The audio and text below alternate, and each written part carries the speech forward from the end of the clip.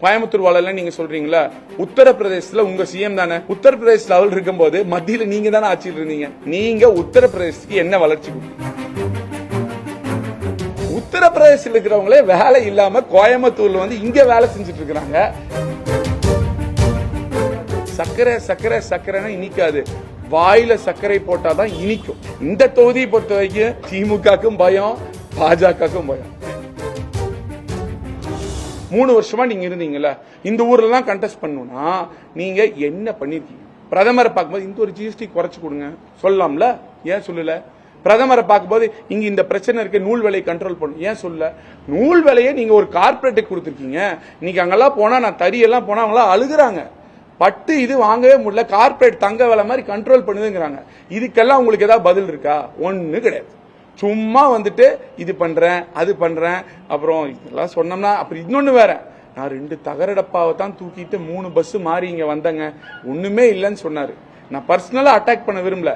தகரடப்பாவோட வந்த ஒருத்தர் இன்னைக்கு ஹெலிகாப்டர்ல இங்கிருந்து தேனிக்கு போய் பிரச்சாரம் பண்ணிட்டு ஹெலிகாப்டர் திரும்ப வர அளவுக்கு காசு எங்கிருந்து வந்தது? உங்க கட்சி ஒரு நாளைக்கு எலெக்ஷனுக்கு எவ்வளவு செலவு பண்ணுது? நீங்க தான் சொன்னீங்க, என்ன மாதிரி கம்மியா யாருமே செலவு பண்ண மாட்டாங்க, ஜூம் பண்ணி பாருங்க, அழகா பாருங்க, நான் என்னென்ன செலவு பண்றேன்னு உங்களுக்கு நல்லா தெரியும், ஏதாவது தப்பு பண்ணா பாருங்க, ஜூம் பத்திரிகை நண்பர்கள் இப்படி பாருங்க அப்படி பாருங்கன்னு சொன்னீங்க. நாங்க பத்திரிகை நியூஸை பார்த்து தான் சொல்றோம். ஹெலிகாப்டர்ல போயிட்டு வரதான் கம்மியா செலவு பண்றதா? எத்தனை மீட்டிங் நீங்க போடுறீங்க, எவ்வளவு செலவு பண்றீங்க நான் சொல்ல வேண்டாம், இங்க இருக்கிற அத்தனை பத்திரிகை நண்பர்களும் தெரியும். உங்களுக்கு அந்த காசு எங்க இருந்து வந்தது? இங்க இருந்து கார்ல போயிட்டு வராம ஹெலிகாப்டர்ல போறக்கும், இவ்வளோ செலவு பண்ணி நடத்துறதுக்கும் உங்களுக்கு காசு எங்க இருந்து வந்தது? பொய் மேல பொய் சொல்றதுனால மெய் ஆயிராது. பொய் சொல்றத முதல்ல நிறுத்துங்க. கோயம்புத்தூருக்கு வளர்ச்சி இல்லையாம்பா, கோயம்புத்தூர் வளரவே இல்லையா, அப்படியே இருக்கான். இவர் வந்துதான் வளர்த்த போறாராம், அது இவர் கேபினெட் மினிஸ்டரானதான் வளர்த்து வரான். இதுக்கு முன்னாடி எல்முருகன் ஒருத்தர் இருந்தாரு, அவர் என்ன பண்ணார் கோயம்புத்தூருக்கு? ஒன்றும் பண்ணல. அவர் இந்த ஏரியா தானே, தமிழ்நாட்டில் அவரை போட்டிருந்தாங்களே கேபினெட் மினிஸ்டரா, ஒன்றும் பண்ணல. உங்களுக்கு தோல்வி பயம் வந்துருச்சு. கோயம்புத்தூர் வளர்ச்சி 5 ஆண்டுகள் இல்லாத 50 ஆண்டுகள் இல்லாத வளர்ச்சி 5 ஆண்டுகள் கொடுத்திருக்கோம். பாலங்கள் கொடுத்திருக்கோம், சாலைகள் கொடுத்திருக்கோம், எடப்பாடியார் அண்ணன் கொடுத்திருக்காரு, எஸ்பி வேலுமணி அண்ணன் வந்து இங்க வாங்கி கொடுத்திருக்காரு, மெட்ரோ ரயில் திட்டம் கொடுத்திருக்கிறோம், அத்திக்கடை அவினாசி திட்டம் கொடுத்திருக்கோம், எத்தனை பொள்ளாச்சி ரோடு, ஏர்போர்ட் விரிவாங்க நம்ம தான் ப்ராக்ரஸ் பண்ணி கொடுத்திருக்கோம், இத்தனை திட்டங்கள் கொடுத்திருக்கோம். நான் கேட்கிறேன், கோயம்புத்தூர் வளரல நீங்க சொல்றீங்களா? உத்தரப்பிரதேசத்துல உங்க சிஎம் தானே யோகி ஆதித்யநாத், கரெக்டா? உத்தரப்பிரதேச லெவல் இருக்கும்போது மத்தியில நீங்க தானே ஆட்சியில் இருந்தீங்க, கரெக்டா? நீங்க உத்தரப்பிரதேசத்துக்கு என்ன வளர்ச்சி கொடுத்தீங்க? இங்கேயாவது நீங்க சொல்றீங்க அதிமுக இருந்தது, நாங்க வந்து அப்படி இப்படிங்கிறீங்க. உத்தரப்பிரதேசத்துக்கு நீங்க என்ன வளர்ச்சி இது வரைக்கும் கொடுத்திருக்கீங்க? உத்தரப்பிரதேசத்தில் இருக்கிறவங்களே வேலை இல்லாம கோயம்புத்தூர்ல வந்து இங்க வேலை செஞ்சுட்டு இருக்காங்க. நீங்க அங்க இருந்துட்டு இங்க வேலைக்கு ஆள் வந்துட்டு இருக்காங்க. நீங்க தரவுகள் எடுத்து பாருங்க, எத்தனை இடத்துல தமிழ்நாடு எங்கேயோ இருக்கு, உத்தரப்பிரதேசம் எங்க இருக்குன்னு.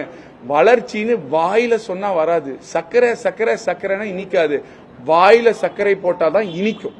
இல்ல மோடி அவர்கள் நீங்க கொடுக்கிற வாக்குறுதி எப்படின்னா, மோடி சொன்னாரு 2 கோடி இளைஞர்களுக்கு வேலை வாய்ப்பு பண்ணி தருவேன்னு. ஏப்பா கொஞ்சமாவது நியாயம் இருக்கா? வேலை வாய்ப்பே இல்ல. இப்ப 42% இளைஞர்கள் வேலை வாய்ப்பின்மை இல்லாம தான் இருக்காங்க. இன்னொன்னு சொன்னாரு மோடி, டிமானிட்டைசேஷன் முடிஞ்சது உங்களோட ஒவ்வொருத்தர் அக்கௌண்ட்டுக்கு என்ன சொன்னாரு, எவ்வளவு வரும்னு சொன்னாரு, எத்தனையோ வரும்னு சொன்னாரு, கரெக்டா? ஏதாவது வந்துச்சு அக்கௌண்ட்டுக்கு? சும்மா நீங்க எலெக்ஷன் அப்போ நீங்களும் சரி, உங்க பாஸ் மோடியும் சரி, ரோட் ஷோ நடத்துறது, வணக்கம் போறது, அதுல இன்னொரு சொல்ற மாதிரிங்க, இந்த தொகுதியை பொறுத்த வரைக்கும் திமுகக்கும் பயம், பாஜகவுக்கும் பயம். தெளிவா அதிமுக ஜெயிக்க போகுது. திமுக ராகுல் காந்தி கூட்டு வர்றது, இந்த சைடு ஸ்டாலினை கூட்டு வந்து ஏதோ பண்ணிட்டு இருக்காங்க, அந்த பக்கம் பாஜக மோடி கூட்டு வராங்க, அடுத்து நிர்மலா சீதாராமன் கூட்டு வராங்க. நீங்க யார வேணா கூட்டுவாங்க, உங்ககிட்ட ஒரு பதட்டம் தெரியுது, ஒரு ஆங்ஷியஸ்னஸ். ஏன்னா உங்களுக்கு கிரவுண்ட் ரியாலிட்டி என்னன்னு தெரியல.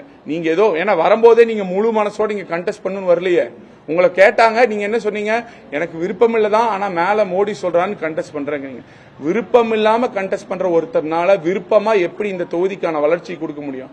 16 வயசுல இருந்து நான் இருக்கேன், 18 வயசுல இருந்து கட்சியில இருக்கேன். உணர்வு பூர்வமா நான் எல்லா இடத்துலயும் பொசிஷன் ஆஃப் ரெஸ்பான்சிபிலிட்டி எடுத்து பாசிட்டிவ் இம்பாக்ட் கிரியேட் பண்ணிருக்கேன்.